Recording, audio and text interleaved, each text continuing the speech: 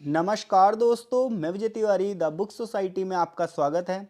जहां हम आज की इस वीडियो के माध्यम से सब्जेक्ट कोड BHIC 114 की श्रृंखला को आगे बढ़ाते हुए आज इसके भाग 2 पर आपके साथ डिस्कस करेंगे। इससे पहले भाग 1 में हमने 5 प्रश्नों को पढ़ा था।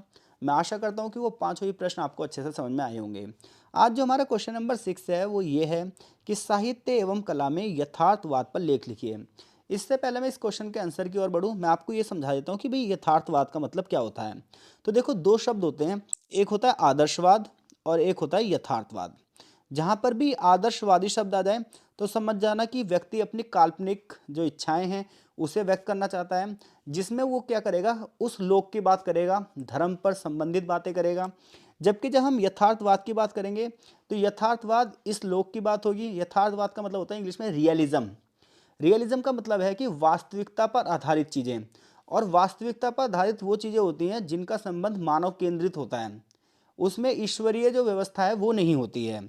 तो यथार्थवाद की हम बात करें तो साहित्य और कला में यथार्थवाद क्या है, क्वेश्चन हमसे अब ये पूछ रहा है। तो क्या था कि 16th सेंचुरी से पहले, 16वीं शताब्दी से पहले जितना भी साहित्य लिखा गया था या जो भी चित्रकारी की गई थी यूरोप में, या जो पेंटिंग्स होती थी, उन सब में ना चर्च का दबदबा था, यानी कि धर्म से संबंधित चीज़ों को ही वहाँ पर बनाया जाता था। मानवीय भावनाएं नहीं थी, मनुष्य से सद्गुणों की बात की जाती थी। लेकिन 16वीं 17वीं शताब्दी के बाद ये हुआ कि वास्तविकता क्या है, रियलिटी क्या है आखिर। तो ध्यान रखना, आदर्श से अलग होती है वास्तविकता। आदर्श सोचने में तो अच्छा होता है, लेकिन वास्तविक लाइफ में ना जो है आदर्शवाद चलता नहीं है, यथार्थ चलता है। और यथार्थ ये होता है कि इस संसार की जो समस्याएं हैं उससे संबंधित चीजें आप क्या कर रहे हो। तो 16वीं 17वीं शताब्दी में क्या हुआ कि जितने भी जो साहित्यकार हुए, जितने भी चित्रकार हुए, जिन्होंने कलाओं का निर्माण किया, साहित्य की रचनाएं की, उन्होंने यथार्थ पर जोर दिया कि मानव जीवन का यथार्थ क्या है, मानव किन किन समस्याओं से ग्रसित है, उन समस्याओं का समाधान कैसे हो सकता है। और यही यथार्थ का चित्रण है, और यही वास्तविकता भी है कि भाई जो इस संसार में समस्याएं हैं हम उनके बारे में सोचें ना, जो इस समस्याएं इस संसार के बारे में नहीं है उसके बारे में सोचकर क्या ही फायदा। तो हम जब इस संसार की समस्याओं को सोचेंगे, उससे चीज़ें रिलेटेड लिखेंगे, उससे रिलेटेड चीज़ें जो बनाएंगे, तो क्या होगा, हम उन समस्याओं का समाधान भी खोजेंगे। लेकिन अगर हम इस संसार के बारे में नहीं सोचेंगे, इस समाज के बारे में नहीं सोचेंगे, तो उनकी समस्याओं का समाधान कैसे करेंगे। हम तो बस हमेशा दूसरे ही लोक में रहेंगे और दूसरे लोग की समस्या हम हल भी नहीं कर सकते। तो आप यथार्थवाद का मतलब समझ गए ना, यथार्थवाद का मतलब है रियलिस्टिक अप्रोच। अब देखिए आंसर कैसे लिखना है हमें। तो यथार्थवाद साहित्य और कला में एक महत्वपूर्ण आंदोलन है जिसकी शुरुआत यूरोप में हो रही है 19वीं शताब्दी के मध्य में। इसका उद्देश्य यह है कि जीवन की सच्चाई को सटीक रूप से चित्रित किया जाए, और यह आदर्शवादी दृष्टिकोण से बिल्कुल अलग है। यथार्थवाद ये कहता है कि समाज, व्यक्ति का वास्तविक रूप क्या है वो शो किया जाए। तो देखो, हम साहित्य में यथार्थवाद की बात कर रहे हैं, तो जितना भी साहित्य इस दौरान लिखा गया उसमें जो भी पात्र थे और जो घटनाएं थीं, उन्होंने जीवन के वास्तविक पहलुओं को प्रस्तुत किया है। ये रचनाएं समाज के अलग अलग वर्गों के बारे में दर्शा रही हैं और समाज की समस्याओं का चित्रण कर रही हैं। इसके अलावा इस दौरान जो साहित्य लिखा गया वो विवरणात्मक शैली में लिखा गया था, जबकि पहले का जो साहित्य था वो कथात्मक शैली में लिखा गया था, काव्यात्मक शैली में लिखा गया था। लेकिन इस समय विवरणात्मक शैली में लिखा गया है, जिससे हमें चरित्र के बारे में, स्थानों के बारे में बिल्कुल सटीक चित्रण पता चलता है। और यह पढ़ने वाले को कहानियों की परिस्थिति में गहराइयों से जोड़ता है, क्योंकि पढ़ने वाला समझता है कि भाई यह समस्या इस समय की वास्तविक है, काल्पनिक नहीं है। तीसरी बात यह है कि यथार्थवादी जो चित्रण हुआ इसमें सामाजिक मुद्दों पर ध्यान दिया गया। समाज के जो ज्वलंत मुद्दे हैं, जैसे गरीबी की बात की गई, असमानता की बात की गई, सामाजिक अन्याय की बात की गई, स्वतंत्रता समानता की बात की गई। क्योंकि इस संसार की समस्या ये है कि हर जगह सामाजिक अन्याय है, असमानता है, भेद है। उन भेदों को कैसे खत्म किया जा सकता है, ये समाज की समस्याएं हैं। और जब व्यक्ति इनको पढ़ता है तो सोचने पर मजबूर हो जाता है कि चीज़ें यार वास्तव में हैं तो हैं, ऐसी कैसे। अब इस दौरान के जो महत्वपूर्ण लेखक थे वो कौन कौन थे ये भी सुन लो भाई। तो इस दौरान के जो महत्वपूर्ण लेखक थे वो थे Charles Dickens, Gustave Flaubert, Leo Tolstoy. ये कुछ ऐसे महान लेखक हैं जिन्होंने साहित्य में एक महत्वपूर्ण योगदान दिया है। और जब हम इनकी कृतियां पढ़ते हैं, इनकी किताबों को पढ़ते हैं, तो इससे हमें समाज में जो समस्याएं हैं, व्यक्तिगत जो संघर्ष हैं, कि लोगों ने कैसे कैसे अपना पूरा का पूरा जीवन सामाजिक सच्चाइयों के पीछे लगा दिया और उन समस्याओं के समाधान के पीछे लगा दिया, ये चीज़ें हमें यहाँ पर पता चलती हैं। तो ये तो बात रही साहित्य की। अब हम बात करते हैं कला में यथार्थवाद की। तो यथार्थवादी जो चित्रकला थी, इसमें क्या हुआ, प्राकृतिक दृश्य और जीवन की सरलताओं को चित्रित किया गया।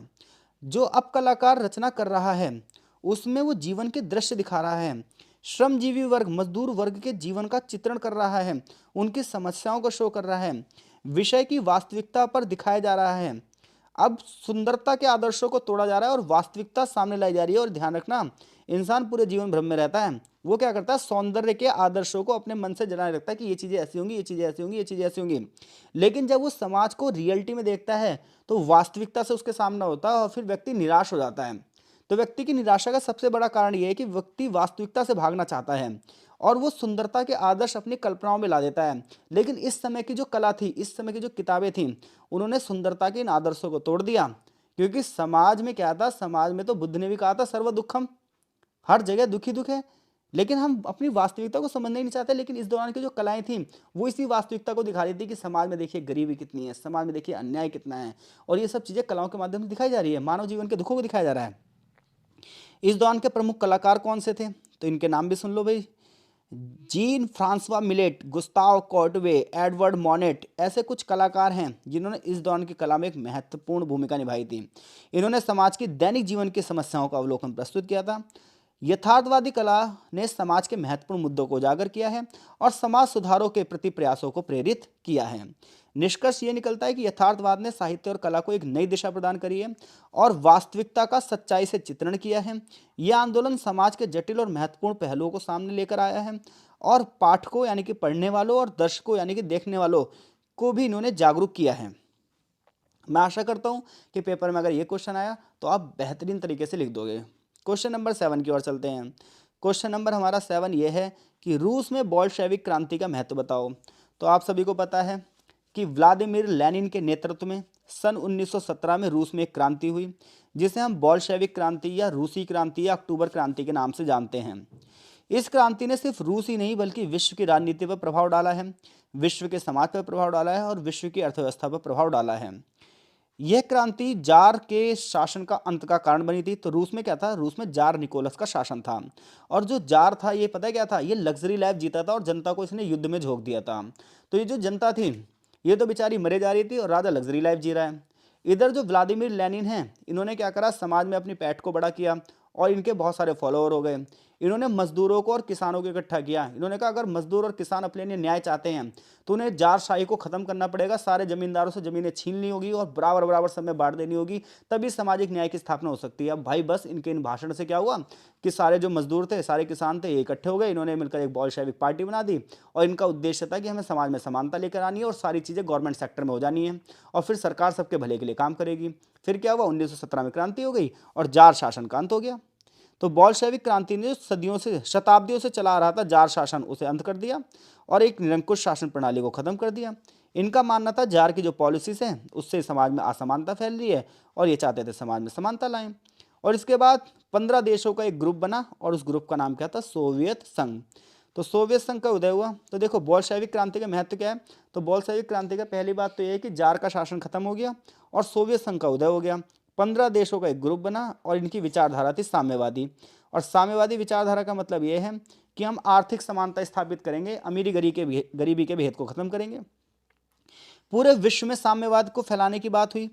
कॉमिटन नाम का संगठन बनाया गया और फिर उसके बाद पूरे विश्व में साम्यवाद को फैलाने की बात की गई। उपनिवेशवाद के विरोध में इन्होंने संघर्ष किया। अंतर्राष्ट्रीय संबंधों पर प्रभाव पड़ा था इसका। क्रांति के बाद सोवियत संघ और पूंजीवादी देशों के बीच में संघर्ष शुरू हुआ जिसे शीत युद्ध कहते हैं। शीत युद्ध का मतलब था एक ऐसा युद्ध जो विचारों से लड़ा जाएगा, जिसमें हथियारों का प्रयोग नहीं होगा।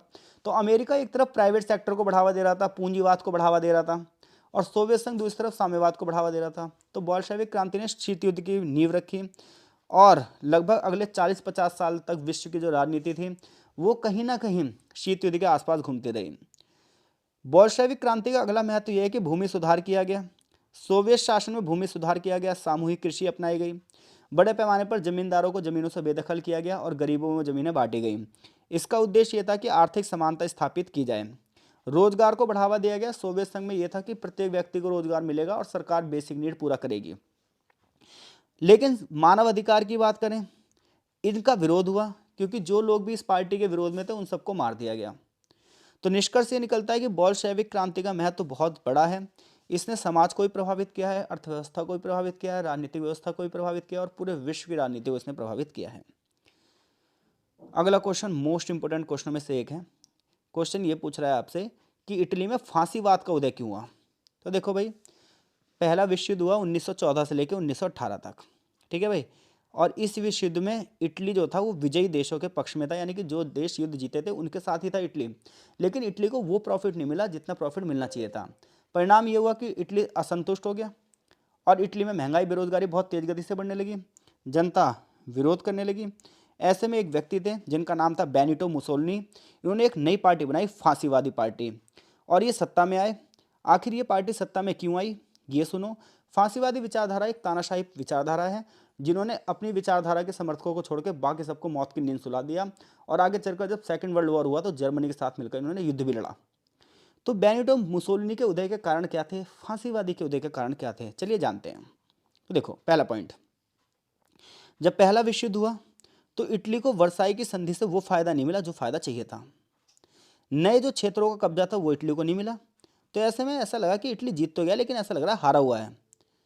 युद्ध के पश्चात इटली में अर्थव्यवस्था बेकार हो गई, जनसंख्या में असंतोष बढ़ गया, राजनीतिक आंदोलन की मांग बढ़ गई, बेगारी बढ़ गई, मुद्रास्फीति यानी कि महंगाई बहुत तेज गति से बढ़ी, लोग बेरोजगार होने लगे, श्रमिक हड़ताल पर चले गए, श्रमिकों ने विद्रोह करना शुरू कर दिया, अराजकता फैल गई हर जगह, सरकारें वायदा करके वादा पूरा नहीं कर पा रही थी, राजनीतिक अस्थिरता हो गई, इटली में बार बार सरकारें गिरने लगी, अव्यवस्था का माहौल बन गया, उग्रवाद का माहौल बन चुका था। इधर सोवियत संघ जो था अपना प्रभाव बढ़ा रहा था। तो इटली के लोगों को डर था कहीं यार इटली में सोवियत प्रभाव ना आ जाए, कम्युनिस्टों की तरह यहाँ पर भी कोई क्रांति ना हो जाए। तो ऐसे में इटली में फांसीवाद का उदय हुआ और फांसीवाद के तहत इटली की महानता को बढ़ावा दिया गया, लोगों के अंदर देशभक्ति की भावना को बढ़ावा दिया गया कि इटली तो प्राचीन काल से रोमन साम्राज्य के टाइम से ही महान देश है और ये जब भी वापसी कर सकता है अपनी महानता में जब इसे मुसोलिनी को राजा बनाया जाए। और फिर क्या था, मुसोलिनी नेतृत्व में करिश्माई थे, प्रभावशाली इनकी वक्तव्य था, भाषण देने की कला इनकी जबरदस्त थी।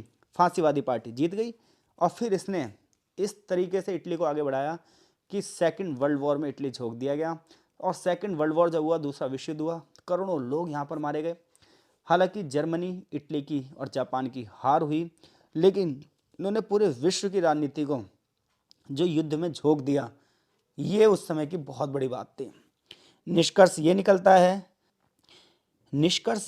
है कि इटली में फांसीवाद का जो उदय हुआ था उसका कारण ये था कि इटली में राजनीतिक असंतोष था, अर्थव्यवस्था बिल्कुल गिर गई थी, महंगाई बेरोजगारी बहुत ज़्यादा बढ़ गई थी, सामाजिक अस्थिरता थी, पहले विश्व युद्ध के बाद समस्याओं का समाधान नहीं हुआ। परिणाम ये हुआ कि इटली में राष्ट्रीयता की भावना आई, देशभक्ति की भावना बढ़ी, जो आगे चलकर जिसका फायदा उठाया बेनिटो मुसोलिनी ने। क्वेश्चन नंबर 9 है हमारा, मार्क्सवादी समाजवाद की विशेषताओं का वर्णन कीजिए। तो देखो, मार्क्सवादी जो विचारधारा है इसके जो प्रतिपादक हैं वो हैं कार्ल मार्क्स और उनके एक मित्र थे फ्रेडरिक एंगल्स। इस विचारधारा का उद्देश्य यह है कि जो पूंजीपति वर्ग है, जो अमीर वर्ग है, वो गरीबों का शोषण करता है और गरीब जब तक सारे मिलकर एक क्रांति नहीं करेंगे तब तक उन्हें अधिकार नहीं मिल पाएगा। अब हम बात करते हैं कि मार्क्सवाद की विशेषताएं क्या हैं। तो मार्क्सवादी विचारधारा की पहली विशेषता ये है कि यह मानता है कि समाज की संरचना ही इस प्रकार से बनी हुई है जिसमें समाज में एक वर्ग है जो उत्पादन से जुड़ा हुआ है और दूसरा जो वर्ग है वो इनके लिए काम करता है, और ऐसे में इन दोनों वर्ग के बीच में हमेशा संघर्ष होता ही जाता है। वर्ग संघर्ष की बात कह रहे हैं तो मार्क्सवादी विचारधारा की अगली विशेषता यह है कि समाज में हमेशा से वर्ग संघर्ष होगा ही होगा। एक पूंजीपति वर्ग होगा जिनकी संख्या कम होगी लेकिन इनके पास संपत्ति सबसे ज़्यादा होगी। एक श्रमिक वर्ग होगा जिनकी संख्या बहुत ज़्यादा होगी लेकिन संपत्ति बहुत कम होगी। और जो ये छोटा सा वर्ग है पूंजीपति वर्ग, एक बहुत बड़े वर्ग का शोषण करेगा, वास्तव में इन्हें जो अधिकार मिलने चाहिए वो नहीं मिलेंगे। और इस तरीके से ये मजदूरों के अंदर एक क्रांतिकारी विचार लेकर आना चाहते हैं मार्क्स। मार्क्सवादी समाजवाद के अनुसार उत्पादन के साधनों का स्वामित्व जो है वो प्राइवेट सेक्टर के अंडर में नहीं होना चाहिए, निजी व्यक्तियों के अंडर में नहीं होना चाहिए, बल्कि सरकार के अंडर में होना चाहिए, क्योंकि सरकार फिर सबके भले के लिए काम करेगी और असमानता खत्म हो जाएगी। मार्क्सवादी विचारधारा ये कहता है कि अंत में जाकर जिस दिन साम्यवाद सफल होगा उसमें एक वर्गहीन समाज होगा जहां सभी लोग समानता के रूप में काम करेंगे और ऐसे में सरकार की हमें जरूरत पड़ेगी ही नहीं। मजदूरी और श्रम का मूल्य बराबर होगा जिसकी वजह से सभी लोग जो हैं वो क्या हो जाएंगे, धीरे धीरे करके बराबरी पे आ जाएंगे, समानता स्थापित हो जाएगी और जो पूंजीपति शोषण करते हैं वो खत्म हो जाएगा।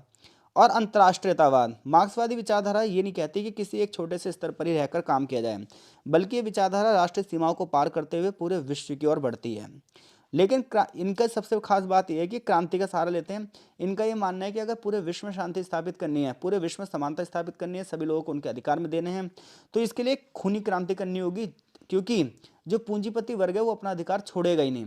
तो ऐसे में जिस दिन सारे के सारे श्रमिक वर्ग जो हैं वो एकजुट हो जाएंगे, वो अपने अधिकारों के लिए क्रांति करेंगे, तब पूंजीपति वर्ग अपनी सत्ता छोड़ेगा और इन सबको समानता मिलेगी। निष्कर्ष ये निकलता है कि मार्क्सवादी जो समाज है, मार्क्सवादी जो समाजवाद है, वो एक ऐसा स्ट्रक्चर चाहता है जहां समाज में किसी प्रकार की कोई क्लास ना हो, अमीर वर्ग गरीब वर्ग के बीच में कोई भी भेद ना हो, शोषण मुक्त समाज हो, किसी का शोषण ना किया जाए और सभी लोगों को सरकार की नीतियों से फायदा मिले। लास्ट क्वेश्चन है हमारा आज का, साहित्य और कला में रूमानीवाद क्या था, इसके बारे में बताइए। तो रूमानीवाद को इंग्लिश में बोलते हैं रोमांटिज्म, जो कि 18वीं शताब्दी के अंत और 19वीं शताब्दी का एक प्रमुख आंदोलन है। यह आंदोलन ये कह रहा है कि तर्कवाद होना चाहिए। क्या होना चाहिए? तर्कवाद। तर्कवाद का मतलब है यार इंसान की सोच थोड़ी लॉजिकल होनी चाहिए। ये नहीं कि किसी ने कुछ कहा और मान लिया, अरे अपनी भी तो सोच है, कुछ लॉजिक तो लगाओ कि ये चीज़ें सही होगी या नहीं होगी। तो ये आंदोलन ये कह रहा है रोमांटिज्म वाला कि तर्कवाद और औद्योगिकरण के प्रतिरोध के सामने आया है। इसमें व्यक्ति की भावना का ख्याल रखा गया है, स्वतंत्रता का ख्याल रखा गया है और प्रकृति के प्रति आकर्षण पर ख्याल रखा गया है। रूमानीवाद ने साहित्य और कला पर प्रभाव डाला है। हम यहाँ रूमानीवाद के प्रभाव की बात करते हैं कि साहित्य पर क्या प्रभाव डाला है। तो रूमानीवाद का जो साहित्य है, इसने मानवीय भावनाओं को ध्यान में रखा है और व्यक्ति के अनुभवों को उजागर किया है। रूमानीवाद की जो विचारधारा है वो प्रकृति के साथ प्रेम से जुड़ी हुई है। जितने भी रूमानी कवि थे, उन्होंने उनके और जो लेखक थे, इन्होंने प्रकृति की सुंदरता की चर्चा करी है, प्रकृति के रहस्य की चर्चा करी है, प्रकृति को जीवंत बताया है और ये कहा है कि प्रकृति ही आत्मा और हमारी भावना के भक्ति का स्रोत है। रोमानी साहित्य में कल्पना को बढ़ावा दिया गया है, रहस्यमयी कहानियों की बात की गई है, अलौकिक कहानियों की बात करी गई है और पढ़ने वालों को एक सपने जैसी दुनिया में ले गए हैं। महत्वपूर्ण जो लेखक हैं वो हैं William Wordsworth, Samuel Taylor Coleridge और जॉन कीट्स जैसे कुछ कवि हैं जिन्होंने रोमानी साहित्य में एक महत्वपूर्ण योगदान दिया है। इनके जब आप कविताएं पढ़ते हो, कहानियां पढ़ते हो, तो ये मानवता पर आधारित हैं, प्रकृति और प्रेम की गहरी भावनाओं को दर्शाती हैं। कला में रूमानीवाद की बात करोगे तो इसमें भी मानव विज्ञान और मानवीय भावनाओं को ध्यान में रखा गया है। प्रकृति को अलग अलग रंगों और रूपों से उसके रहस्य को समझने का प्रयास किया गया है। व्यक्ति की इन्होंने स्वतंत्रता का समर्थन किया है और इसके जो प्रमुख कलाकार हैं वो हैं Caspar David Friedrich, Eugene Delacroix, Joseph Mallord, William Turner. ये सब रोमानी कला के प्रमुख प्रतिनिधि हैं। निष्कर्ष ये निकलता है कि रोमानीवाद ने साहित्य और कला की भावनात्मक गहराई की कल्पना की है, स्वतंत्रता और प्रकृति के प्रति गहन प्रेम से समृद्ध किया है। इस आंदोलन ने पूर्व की जो प्रवृत्तियां थी उन्हें चुनौती दी है और एक नए समाज की ओर दिशा प्रदान की है। तो देखिए, जैसा कि एग्जाम टाइम में 15-20 मिनट में यार 5 से 10 क्वेश्चन हम पढ़ रहे हैं, तो चीज़ें उतनी गहराई से नहीं हो पाती जितनी गहराई से होनी चाहिए। अगर इसे आप और डीप पढ़ना चाहते हो तो BHIC 114 की प्लेलिस्ट में जाकर जो मैंने चैप्टर अपलोड कर रखे हैं ना, आप उन्हें पढ़ो, फिर आपको शब्दों की गहराई और लाइन की गहराइयों के बारे में पता चलेगा। ये तो बहुत स्पीडी चीज़ें ले गए हैं, तो बहुत सारी चीज़ें हमें छोड़नी पड़ी हैं। तो कुछ चीज़ें अगर रह गई हो तो उसके लिए हम माफ़ी चाहते हैं। बहुत बहुत धन्यवाद, मिलते हैं आपसे नेक्स्ट में।